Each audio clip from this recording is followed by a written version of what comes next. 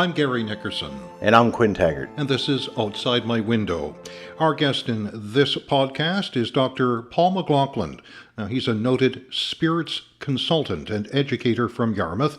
With degrees in chemistry and dental surgery, he has an intimate knowledge of how and why we enjoy the water of life. When he's not fixing people's smiles at the Yarmouth Dental Group, he's usually making people smile with his very lively and informative spirits events. The Whisky Doc, as he's known, holds diplomas from Springbank Whisky School, Edinburgh Whisky Academy, and the Islay Whisky Academy. He's a guest lecturer at the Highland Whisky Academy, provides the Whisky Ambassador Certification Program for all of Atlantic Canada, and delivered the first Gin Ambassador Certification Program in North America.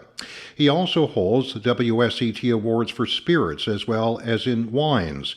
In his spare time, Doc enjoys kayaking with his wife and son, hiking with his Labrador Retriever. Paul, welcome to the podcast. Well, thanks for having me, guys. Happy Friday afternoon. The same to you. So, Paul, when did you first make that transition from, shall I say, a casual drinker of whiskey into this very refined expertise, a connoisseur, if I can use that term? Yeah, sure. I'd say about 10 years ago. I've always been a nipper of whiskey, and one of my favorites was always Johnny Walker Gold, which actually still is on my shelf. I think that's a fantastic bang for the buck whiskey. But like most things, when you enjoy it for some time, sometimes you get bored of it. Sometimes you start to disseminate it and try to figure out, what's enjoyable about this, and that's when my journey deeper into the spirit side of things started to happen. About the same time, the NSLC started having a pretty good list of whiskeys, and they started bolstering what was on the shelves, and they're also doing some additional learning objectives online as well as in store. So they made it, relatively easy for the layperson to start getting into not just whiskey, but rums and gins as well. So as I started to, I guess, expand my palate into what different whiskeys would taste like and where they're coming from, there was an explosion in popularity for whiskey across the world, and it's been going on for a little bit now. And, access to high-speed internet has allowed myself and others to, reach out to Scottish sources of information, to other parts of Canada for sources of information. And then I started piecing together, what makes one whiskey different from another kind. Why do I enjoy a certain kind of whiskey? And what was interesting is that as I started to dig into this information, it started flowing back into my original education, which was chemistry as an undergraduate degree, and then dentistry. Chemistry is, why things work and how things work at a smaller level. And that's, one of my buddies told me that, making whiskey is kind of like a high school science project. And it was great because it kind of put things in perspective for me. But, once you put it in the bottle and then you take it out, put it in your glass, and then, take your first, sniff of it and your first taste of it, my dentistry background started filling in those blanks of why one whiskey would smell this way and evoke this kind of response or this kind of memory versus somebody else. So that's, it's been a gradual thing. And over the years, fortunately producers and other authorities have made it easier for people to get this information by starting up whiskey schools, whiskey academies, and even whiskey groups. So, yeah, it's been, it's really interesting how it kind of just, almost festered in the background. Why is this good? Why do other people like it? And then it just blew into almost a second career at this point. Do you find, Paul, that you look at or approach other alcohols a little differently now if you're tasting a vodka, let's say, or a rum, as opposed to whiskey? Do you approach it a little differently because of all the education that you've picked up over the years? Oh, absolutely. It's really interesting that we focus on how things taste, and what we don't realize is that our sense of taste is actually a majority of it is what we're smelling as we're eating or drinking something. But there's also the visceral response of how something feels in your mouth. And a really good example of that's a good thick clam chowder versus a more watery clam chowder. I'm speaking for myself. I like a good thick clam chowder that really sticks onto you, the sides of you as you're eating it. Whiskey and gins and vodkas also have those characteristics. You could argue that whiskey and gin have different, amazing and very different flavor profiles that can be very complex or very simple. But you take two vodkas, for example, a vodka that's made from potatoes and a vodka made from corn. They might be triple distilled, and there's one out there, I can't recall it, it's like distilled 21 times. And take every ounce of flavor out of it. But if you taste it, it actually feels different in your mouth. So that's kind of important for somebody who's a mixologist or a bartender who's creating not just a drink that's going to smell good, but also one's going to taste good and actually have a different feeling in your mouth. It's all part of the experience of enjoying these spirits. So, talk a little bit about age and what that means overall for the flavor profile of the whiskey. I mean, certainly I've had a variety of different whiskeys over the years, and I've had some 18s that have been and I've had some 10s that have been really, really good. So is there a common ground when it comes to that?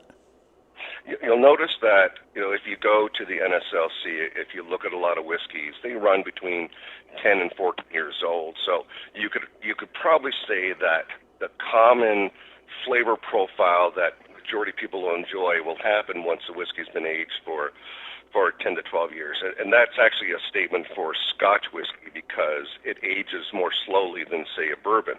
A lot of bourbons you're going to get are only going to be, 4 to 6 years old, maybe a little bit older. But what happens is when you make, you want to call it moonshine, you want to call it your new make spirit, when you run that still and you have that clear liquid that before it goes into a barrel, that actually has flavor and it has character.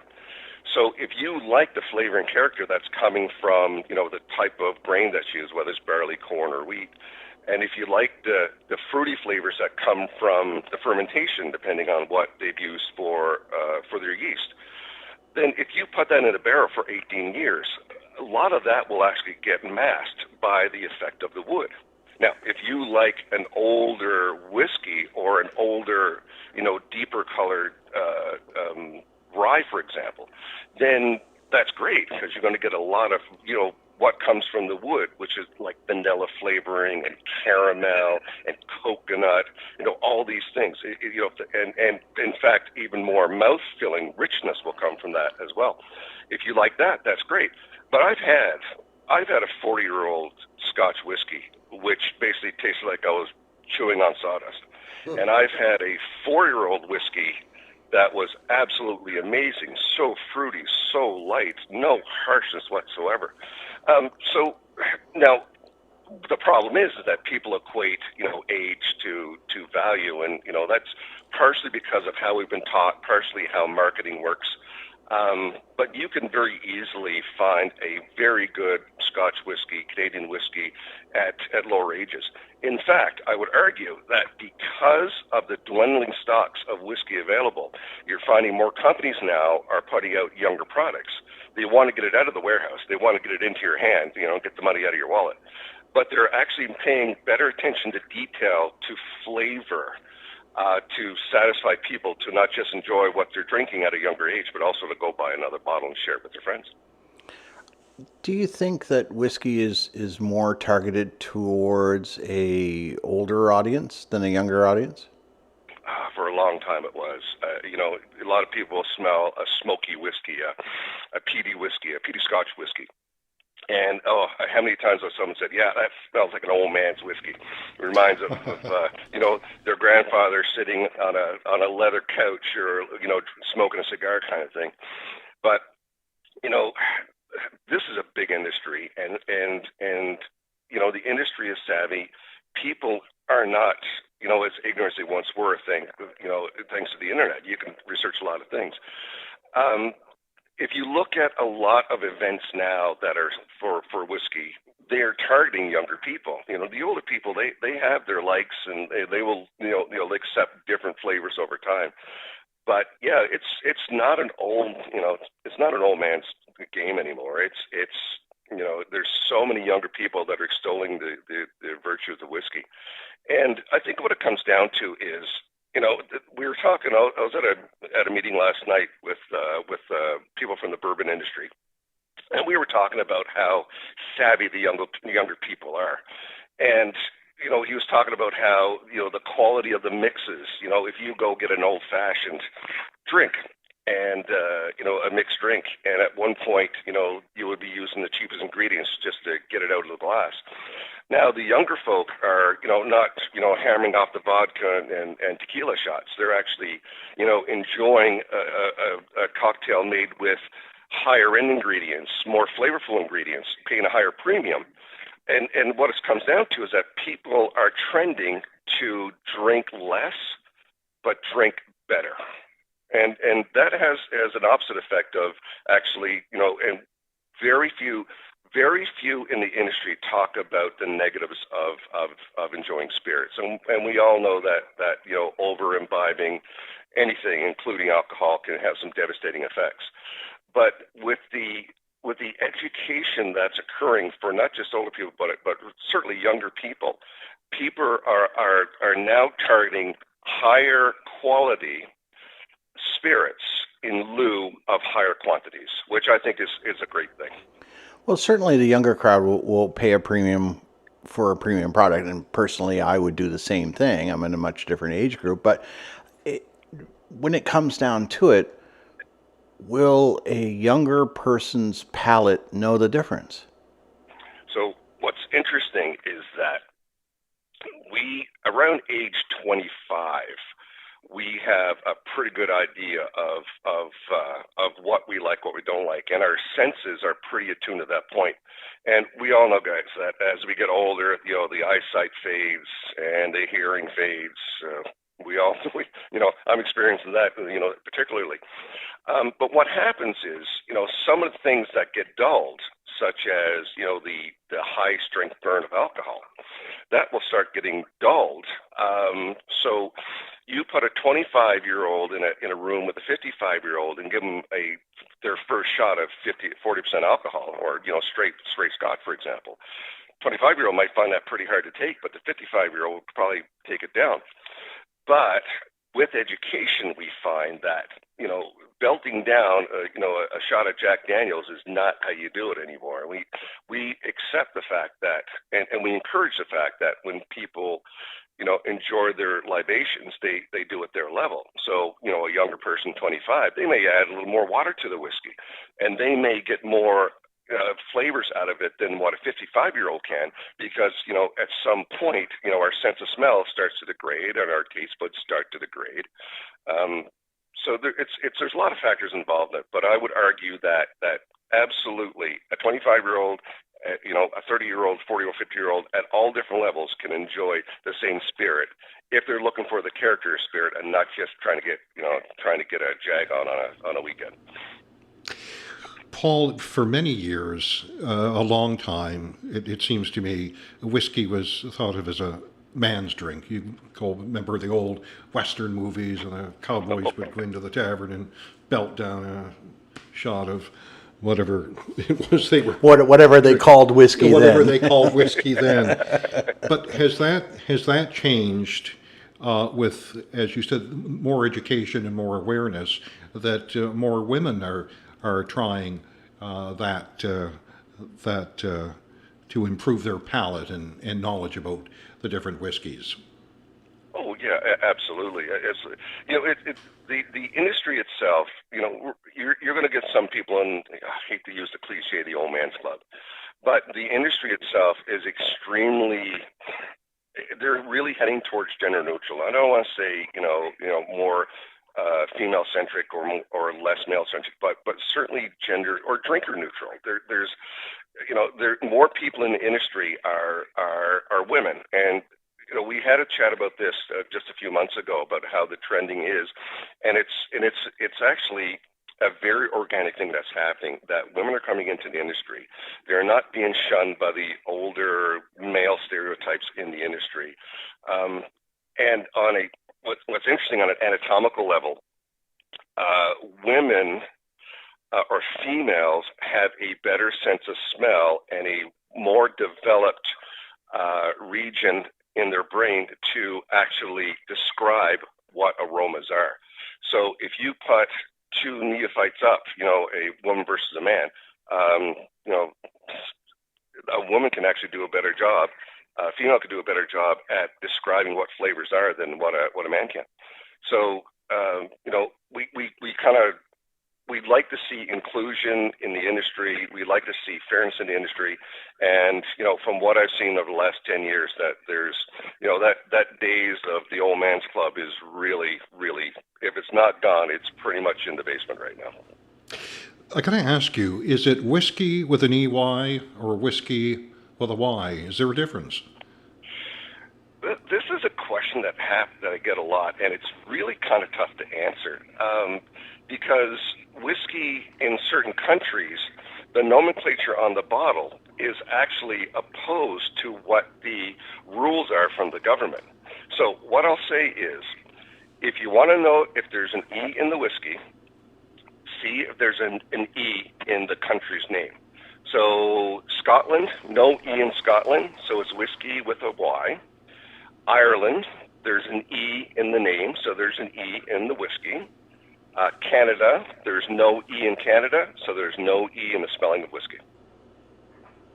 Well, I thought it was a geographical thing myself. I did too. It sort of kind of is, but I always thought that the EY was, American and Y was overseas. But yeah, but a lot of it will come down to, basically where, if you look at how whiskey expanded across the world, there are some, what you see for what comes, to Eastern U.S., the Irish immigrants coming over and brought the E with them. But if you look at some of the regulations and how it's supposed to be spelled, then they just throw that out the window when it comes to putting it on the bottle, and everybody expects to see it spelled that way. That's what people are going to buy, and the government says, we're okay with it. We're not breaking a really big rule here.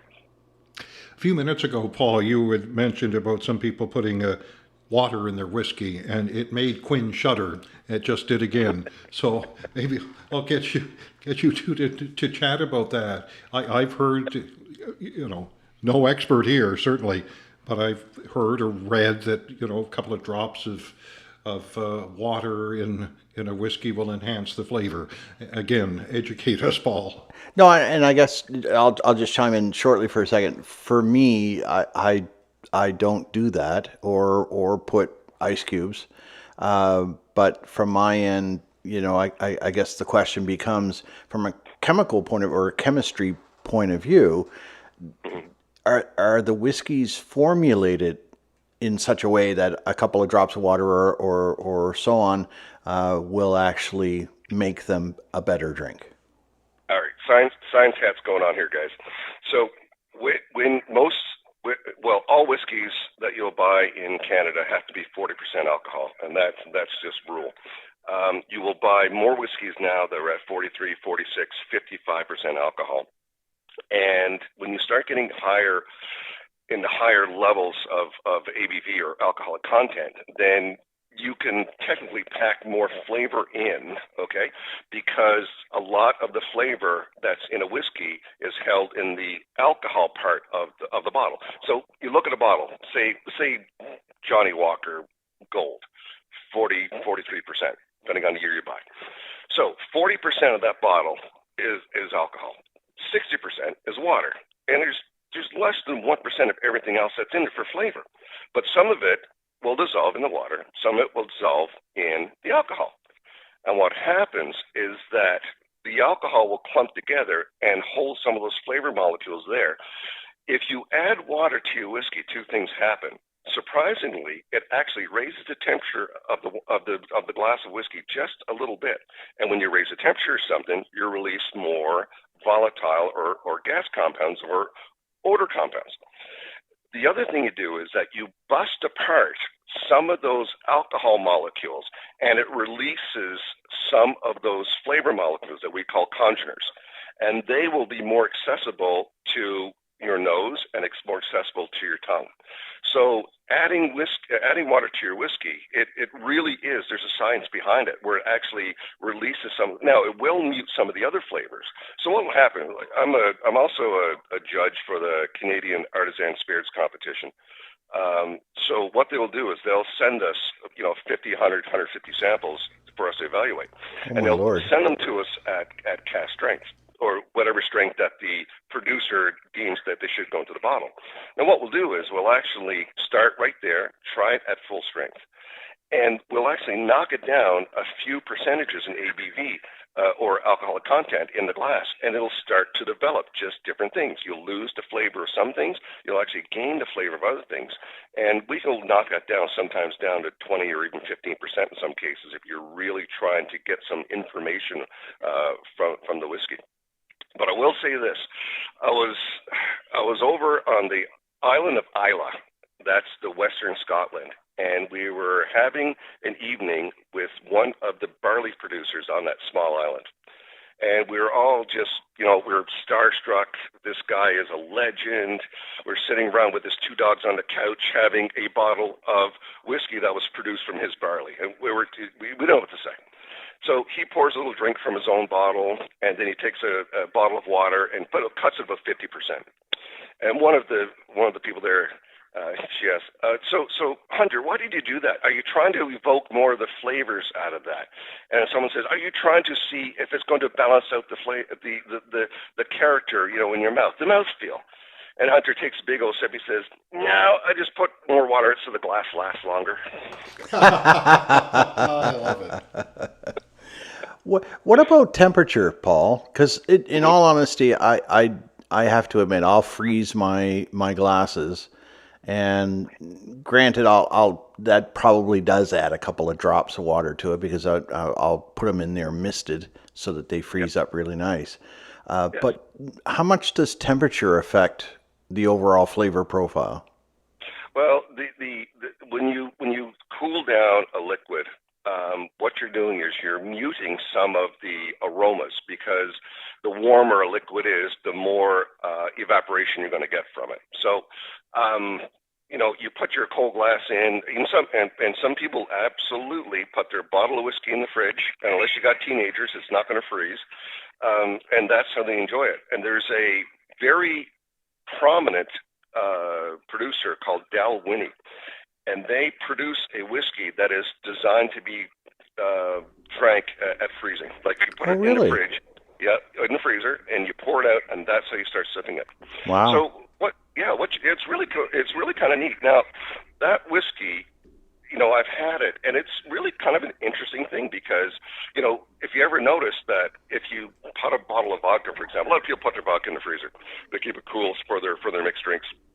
And you notice how when you pour it out, it's kind of syrupy, right? Yes. Well, if you put it in your mouth, it's actually got a little more character. It's more mouth-filling, almost chewy. And that is, one of the characteristics that you want to have in some drinks. So when you have this winner's gold from Dalwhinnie, you have that more mouthfeel, but you don't get a lot of other things like floral or heather, but you'll get some of the heavier flavor elements, such as the wood treatment that it's had, the cask elements. But now, I was at Glenora in Cape Breton last week, and spent some time there with the general manager, who took us on a nice little tour of the facility. And he absolutely insisted on warming up every drink in your hand to bring it up from room temperature to body temperature, because he felt, and I don't disagree with him, that the aromas were more balanced for the Glenbreton whiskey, and it added to the overall enjoyment of it. Now, so you go back to the point of putting water in your whiskey. Well, how about frozen water? So let's put an ice cube in it. There's absolutely nothing wrong with putting ice in your whiskey because it'll keep it cool and it'll dilute it at the same time. When the cold hits your tongue, it's just like your first lick of ice cream is always the most flavor, because as your tongue cools down for more ice cream, the less you obviously taste. The same thing will happen with whiskey, but if it creates the profile and the feeling in your mouth and the flavor that you want, there's absolutely nothing wrong with that. There's I can't remember if it was Booker, one of the big bourbon guys. It was dropped on us last night, and I was eating my dessert. I missed it. He said, "You buy a bottle of whiskey, no one tells you how to enjoy it." So anybody who's snobbish and say you don't add water, you don't cool down your whiskey, you know what? Unless they bought you that bottle and they got you at gunpoint, you enjoy that whichever way you want, because no different than pepperoni or anchovies on it or pineapple on a pizza, right? It's yours. Whichever way it tastes, whichever way you enjoy it, that's the way you go. I was just going to say, a lot of that's going to be personal choice, and that's all fine and dandy, and that's the way I enjoy my whiskey, and find that it's great. But I've always wanted to try different things, so I wasn't sure whether I was really just killing it. You spend good money on a decent bottle of scotch, and then, whatever way I'm drinking it might be just killing the whole flavor profile altogether.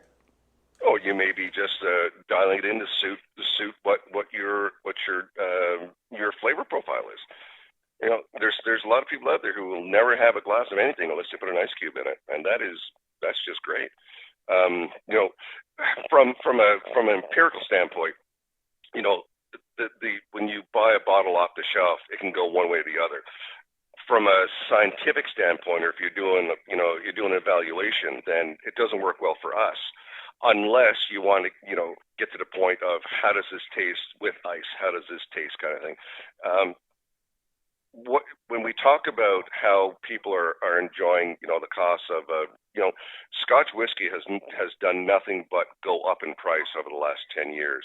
Partially that's because of popularity and economics, partially because there's less of it to go around, so supply and demand, says that prices have to go up. So the idea of taking 2 or 3 shots or 2 or 3 ounces of whiskey and just slapping it down, it's still happening, absolutely, but it's not happening as much. People are, with education, are realizing that, from your first sip, your first sniff of that glass to the last, it can be a sensory journey, and approach it with an open mind. And it's amazing how a simple ounce, 30 mils of whiskey, can last you an entire hour. And at the end of it, you put your glass aside. You smell that glass 20 minutes later, and it is totally different, and it's totally amazing.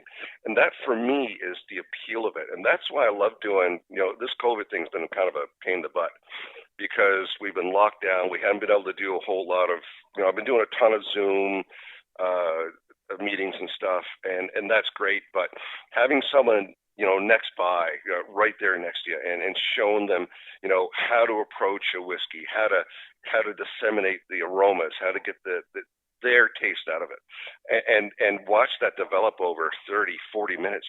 When before they showed up to this meeting or to this course, they were drinking it in 3 seconds, right? It's really great to see people's eyes go, wow, that's amazing.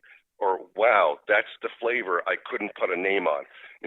Wow, that's why it reminds me of my grandmother's kitchen on a Sunday afternoon, right? Those things are the things is what makes the spirits and the spirit of whiskey so exciting. Well, for me, I mean, like a lot of people, food, smell of baking bread, apple pie, those kinds of things will invoke memories. I'm sure, with the alcohol, it does exactly the same thing. When it comes to people's palates, is it a trainable thing, or is it just something that you either have or you don't have? No, it's 100% trainable. It's 100% trainable. But as I said earlier, when you look at the anatomy of things, some people will have a vocabulary that can explain the smell of 3 different apples. And some will say, no, that's apple pie, but they can't say anything else. So with time, what you can do is you can train your vocabulary and train your actually you can train your brain to understand what different flavors are in the whiskey and put a name to them. There's also some really cool what they call aroma kits, where you will buy a sample of something that smells like leather, and a little vial that smells like apple peel, and a little vial that smells like buttercup. And what you do is, my wife and I do this every now and then. It's a great little movie play where you take the smell out and take one of these little aroma capsules out and try to put a name on it. And over time, you get really, really good at it. So with time, now one of the problems here, I got to say this: when you look, say you go to the NSLC and you see 3 different whiskeys there, and you turn at the back and it says, well, this one smells like ripe apples, cotton candy, and pencils, and the other one says, well, this smells like Christmas cake and pumpkin pie, right? What you got is you've got a group of people that have tasted that whiskey, and their consensus is that's what it tastes like. That does not mean that if you don't taste those things that you're wrong. All it means is that your sense of it is different from somebody else. And I got a couple of friends who come with me on these whiskey adventures from time to time. And they've done some of the courses with me, they've taken some of my courses, they've done some training, and it still comes down to, yeah, I like that, or no, I don't like that. And that's okay. Is there a time of day where your ability to disseminate the profile is going to be better or worse than another? And the reason I ask that is that typically when I travel, I've got a morning flight, say out of Heathrow, and that's usually when I hit the duty-free shop and spending what cash I have left on a decent bottle of scotch.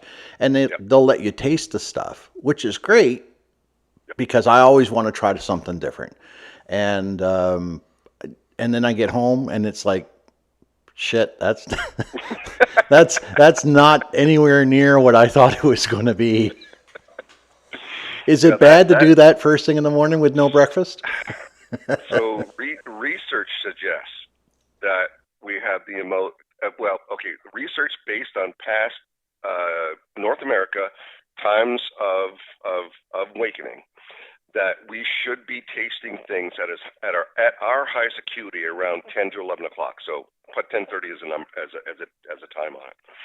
So if that's when our senses are most acute, then that's probably the time when we should be doing tastings first. But what also they found is that that is dependent on what your schedule and what your routines are. So, obviously I can't be in the middle of a root canal and say, listen guys, I got to go do 3 samples. I'll be back in 45 minutes. So what I do is I go on the secondary studies that suggest that if you're going to do it at the same time of day, regardless of the time of day. So, if I'm doing, those 50 spirits for the spirits competition, I'll do one at 7:30, one do one at 8, and one do at 8:30, and I'll do that every night, and I do it on a dedicated time of the week or day of the week, so that at least my schedule is mostly normal. The time I brush my teeth, how much water I had that day is normal, how much sleep I had is about normal. So my senses are about the same that time of the day for that day. So you're evaluating on a consistent scale. Now, what I will sometimes do is, some days you just have 3 cups of coffee and the top of your tongue is just done, or you might have had like garlic fingers or something.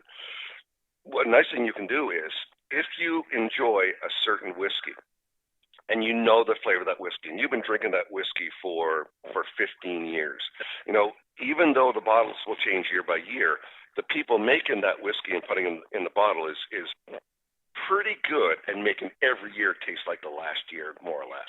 So what I'll do is there's 2 or 3 bottles in my bar that I will take down, and I will take a little sip of it, and I'll say, okay, that's the taste I know, that's the aromas I know, that's my gauge. Okay, I'm dialed in, I'm zeroed in. Now I can go taste other things.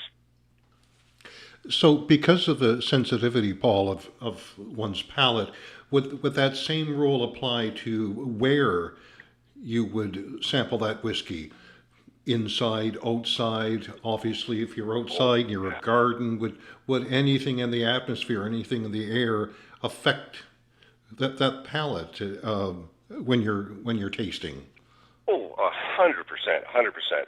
It's just remember that if you're sitting in a room and you're nosing, what we call nosing or smelling a whiskey, you're not just smelling the whiskey, you're smelling everything in that room. If you take it outside, once again, you're smelling everything outside. So the example I tell people is smoke. I've had people who've had smoky whiskeys, in my kitchen, and it's on a hot sunny afternoon, and they say, "Boy, this is just gross." And then, in the evening, I'll sneak the bottle, and we'll go out by the fire, right? And we've got a couple chunks of hardwood cooking up, and keeping the flies away. And I say, well, okay, well, if you didn't like that one, try this one. So, oh, that is beautiful, boy, I really like that one. And it just suits, out in the woods, with a roaring fire, the smell of the soot and the earth in the background. So absolutely, it's not, yeah, it's very environmentally dependent, absolutely, because, and it's not just what's what's accompanying the aromas, but what's accompanying your feelings as well. I mean, whiskey, we don't need whiskey to live, although some people would argue that. You need shelter, you need food, you need water. But whiskey is one of those things that is an absolute delight that to enjoy after all the needs are met. So, what we do is our emotions play a part in those things that we enjoy like that.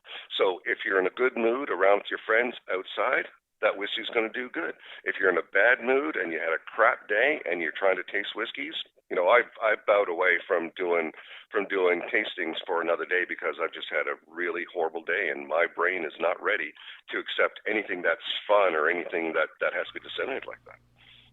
That's interesting. I want to ask you about when you're testing. What about the glass? Does the type or shape of a glass make any difference at all?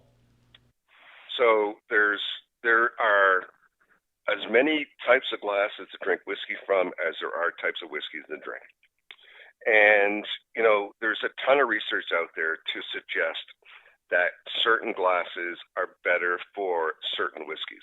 So I have I would say easily a dozen different styles of glasses here. And I use a certain glass called an ISO glass. So the glass looks like a miniature wine glass. And so I use that glass every time for two reasons. The first reason is the design of the glass, which is kind of shaped like a tulip. It allows the whiskey to evaporate and the aromas to kind of concentrate inside that glass. Because the top is really small, they don't really come out very easily. So when I finally do take a sniff of it, all the aromas are concentrated. But also, because I use it every single time, I know that the amount of aromas that are going to be concentrated there are going to be the same for everything that I pour. But that being said, I have this Canadian, and it's called a Canadian Glencairn, which is really cool because it's got a really thick bottom on it, so it feels heavy. It feels Canadian, right? And it's a little wider than the other glass, but I find that I really enjoy Canadian whiskeys in that. And there's another one called a tulip glass, which is it looks like a tulip, but it's a heck of a lot taller. And I use that if I'm drinking like cognac or Armagnac, these more fruity, delicate spirits. And that's how my nose is tuned in. That's what I get into. And there's a lot of research going into not just the shape of the glass, but also the color of the glass, the weight of the glass, any color changes that the glass has. So if you have a whiskey that goes into a heavy tumbler, like one of these crystal cut tumblers, you grab onto that and it's a dark whiskey, your brain's going to say, all right, this is going to be a meaty whiskey. This is going to be full of flavor. This is going to be heavy. This is going to be sit in the armchair and have a cigar kind of whiskey.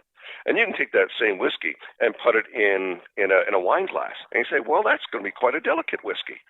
And whatever your brain says isn't wrong. It's your interpretation of what you're drinking at the time. So, Paul, if somebody actually wants to get to the point where, all right, I'm not drinking for recreation, I'm gonna try something on a little bit more of an educated level. any suggestions, any hints on what's available here? Like, what's the selection like in Canada when it comes to that sort of thing? In terms of, you mean in terms of product or in terms of educational opportunities? Well, you know what? I got to be honest. I am very impressed with the NSLC in its product selection, and I will also put out there that the Yarmouth NSLC has some very good retail product specialists. If you have a question about something, they will absolutely answer for you. And if they don't have the answer, they will find it for you. And yes, they do call me sometimes for help. Um, so go back on first of all, where you can buy these things from. So if you're interested in Scotch whiskey, go to NSLC and they will give you some selections and what the pros and cons of each are. And after that, in general, the internet has so much information, so much information. The number of people that are blogging what their whiskeys are and the YouTube videos of and I don't know if I can drop any single one that's good for, people who want to step out of the recreational mode and to get a little more information on what type of whiskey they want to try next. But outside of that, in Canada, there are a couple of online courses you can do, and some are based in Canada, some are based in Scotland, accessible through Canada, some to the U.S. And if you want to get really specific, if you want to start delving in a lot deeper to the hows and whys, then we want to start looking at some of the academies that are out there. There's a Bourbon Academy that's pretty popular, and you find that online, no problem. There's the Edinburgh Whisky Academy. They have the online courses. What's really interesting is that most of these courses, because of how, I guess, intimate and person front the product is, because of COVID, they've adjusted a lot of their curriculum to online access. You can find anything about bourbon and do an online affinity course about smoky whiskeys from Scotland, from Scotch whiskeys, Irish whiskey, bourbon, right? Even Canadian whiskeys. You can find all these things online. And I could put a couple out there because I'm involved in them. There's the Whisky Ambassador Program, which is based out of Scotland. That is available in Canada, right across Canada, and they have an online component. And that is for a design for the tradesperson working in bars to understand what whiskey is. If you want to go really deep, there's the Edinburgh Whisky Academy, and that's obviously out of Edinburgh. And this is where you write an exam. You have pages and pages of reading beforehand. It's really tough, but my gosh, the stuff you learn is just amazing. And I was really kind of last night, as I said, I was at a bourbon event, and I was with a friend of mine who took the Whisky Ambassador course that I delivered 2 years ago. And he's now brand ambassador for a couple hundred products for Eastern Canada. And he absolutely loved learning what he learned, and it actually pushed him forward from, he was a product specialist at NSLC. He took the Whisky Ambassador course that I did in Halifax a couple years ago. It absolutely blew him forward into the industry, and now he's a portfolio ambassador, which kind of warms my heart to know that the people taking these courses are, some are there to learn about whiskey so they can share it with their parents, or they're there to do it so they can be better hosts for their friends. Some people are there so they're better bartenders. Some people are just so enamored with the whole whiskey industry that they want to learn so much that they can be part of that industry at a higher level.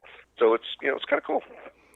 And what about gin? Because I noticed in your profile, in your bio, that there's a gin ambassador certification as well. And I mean, obviously, in my mind, because I'm not a big gin fan, I don't like the flavor profile at all. I sort of liken it to sucking on a pine cone air freshener, but that's just me, right? Yeah. But I see that as an opposite end of the scale. So how do you pivot going from one class of spirits into a different one? So gin is kind of interesting. When you make whiskey, you can't sell whiskey right away. You have to age it. So if you own a distillery and you are paying a mortgage on the distillery, you are watching your product slowly evaporate before you can actually get money for it. So gin has been made historically along with vodka as a way to introduce income into a distillery process. So, and of course, gin is very, it's very UK, and that's where, Scotch's stuff come from. The Gin Ambassador program is a way for people to understand where gin comes from and also how to serve it. Whiskey, of course you make your highballs, you make your old fashions, but, a lot of people drink their whiskey neat. Gins can be drank neat, but it is, I'm not going to belittle by saying this. It's flavored vodka, and how you flavor it will come down to what you're going to do with it. So when you say you don't like gin because it's like sucking on a pine cone, I would argue that your experience with gin has probably been a very juniper forward spirit that hasn't had a whole lot of other characteristics added to it. So juniper berries, that's, you soak vodka and juniper berries, and that will basically give you gin. But a lot of gins now, this is really kind of cool. I was studying with a colleague who is doing his master's in gin, and he argues that gin should have more rules to it. But right now, gin is, it smells like pine, tastes like pine because it has juniper berries in it. When you look at the rules for gin, it only has to have a certain amount in there. It doesn't have to have any specific amount in there. So some gins now, you have a wisp of pine cone, if you want to call it that. But there's all kinds of flavors like licorice, all kinds of botanicals like ginger root and thyme and rosemary, gunpowder tea, right? Gin is having a renaissance right now. Historically, what's happened is that you've seen whiskey get really popular and then it kind of waned. And then aged rums will become popular and then wane. And then gins will become popular and then wane. Gin's in a renaissance right now where a lot of people are making it because it is good income, to be quite honest, for a distillery. But also people are really enjoying it. So I bet you right now I could put a glass of gin in front of you and you would not know that A, that was gin, or B, that you didn't like it. You would absolutely enjoy it. And maybe so. Yeah. It's no different than the last time I had tequila. That was also the last time I wanted to have tequila. It was a much different experience. Yeah. So if people want to get in on these programs, and I know COVID kind of kicked you in the shorts for doing a lot of these things in person, but if somebody was interested in these ambassador programs, how best to get a hold of you about those? Oh, just find me on social media, the Whisky Doc. I'm on Facebook. I'm on Instagram. I don't, even though I deliver the Gin Ambassador course and the Whiskey Ambassador course, as a consultant, I am not employed by one specific entity. So I do a lot of work for distilleries, for wineries, for educational programs. But as a consultant, there's some legal things about working for one company that if you work for a company, if you're an employee for a company, then you cannot be an employee for another company. So as a consultant, when people ask me about products or services, I will give you, or I can offer you information on anything that's available out there that I know of. So there will be nothing weighted towards one course or another. If anybody wants to get a hold of me or have any interest in, even private tastings, which we do from time to time, I love doing those because that's when the real magic happens. And, we should be able to do more of that now in the upcoming months. Yeah, just get a hold of me, the Whisky Doc. You'll find me on all the major social media platforms. I do not do TikTok, so don't ask. Thank you very much. I don't blame you. I still But yeah, get a I hold still of me on don't there. understand TikTok, so. So you talk about getting older, right? I mean, You know, I don't know if my social media game's getting better or worse with age, but I like to think that my affinity for whiskey just might be. One last question before we wrap up, and again, kind of back to the quote unquote old school or old man's club of sorts, and that certainly Scotland is the home that people think of when they think of whiskey, but I'm seeing Japanese whiskeys, and of course you've got Canadian whiskeys, you've got American bourbon, and so on. How do all of those kind of stack up? Are they compared to and or graded against the Scottish side of things, or how does that go? Uh, it's a little more convoluted than that, and I'll give you a quick idea. Each industry likes to protect itself for obvious reasons by having its own character. Scotch whiskey is typically heavier. It's made mostly from barley, and it has a flavor profile that people say is got a lot going for it. Irish whiskey, which actually is where whiskey has come from. It's actually from Ireland to Scotland. Oh, So Irish really? whiskey is, Okay. yeah, it's typically a little bit lighter. Once again, they're using malted and unmalted barley. When you come to Canada, Canadian whiskey is actually called rye, even though Canadian whiskey does not have to have a lot of rye in it. A lot of Canadian ryes are made from corn or wheat, but it has a flavor of being a little bit lighter, having a little more, spicy kick to it, a little more of a wood character, but still very palatable.